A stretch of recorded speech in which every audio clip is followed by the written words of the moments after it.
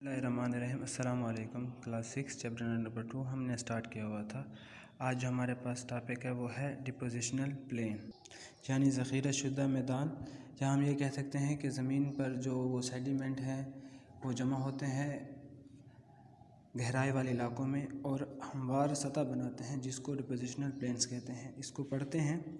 Most of the plains are found by the filling of low areas by deposits brought by rivers, floods, wind and glaciers.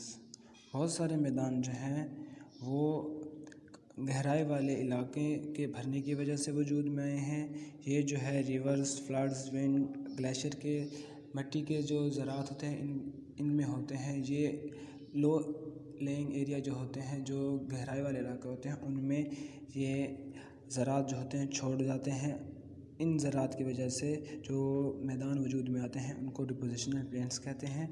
They are called depositional plains. इनको depositional plains कहते हैं या ज़ख़ीरा शुदा मैदान कहते हैं। इसकी example या टाइप में पढ़ते हैं। फ्लड प्लेन्स यानी सैलाबी मैदान। Flood plains are form by floods.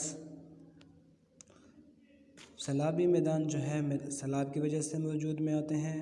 Floods spread over the vast areas.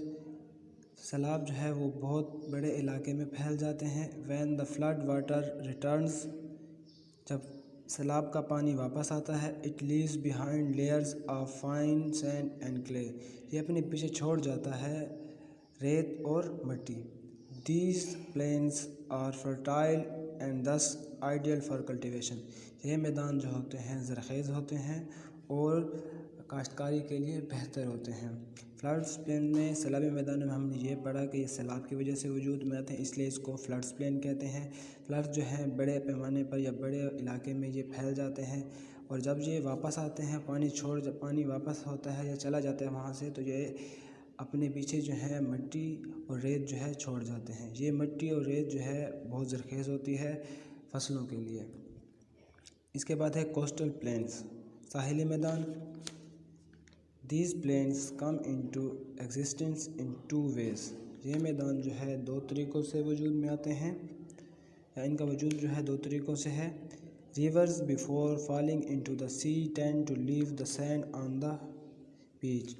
River दरिया जो होते हैं जब समंदर में गिर रहे होते हैं उससे पहले जो है रेत जो है वो बीच यानी साहिल पे छोड़ के जाते हैं, उनकी वजह से मैदान वजूद में आते हैं।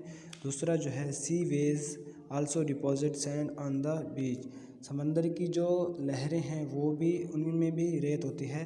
जब वो समंदर से किनारे की तरफ आते हैं तो उनमें रेत होती है।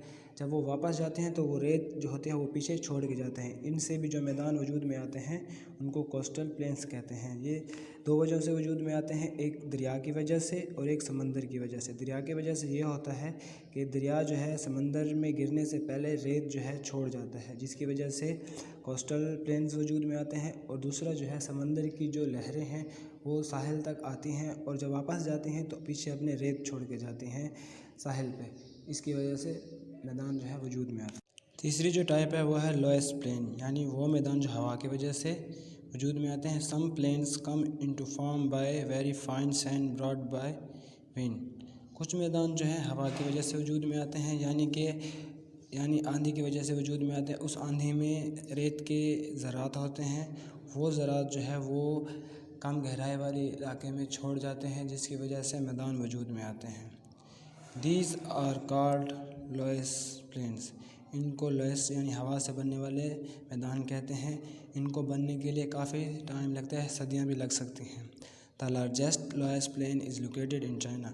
सबसे बड़ा जो हवा से बनने वाला मैदान है वो चाइना में वाक़या है या चाइना में पाया जाता है।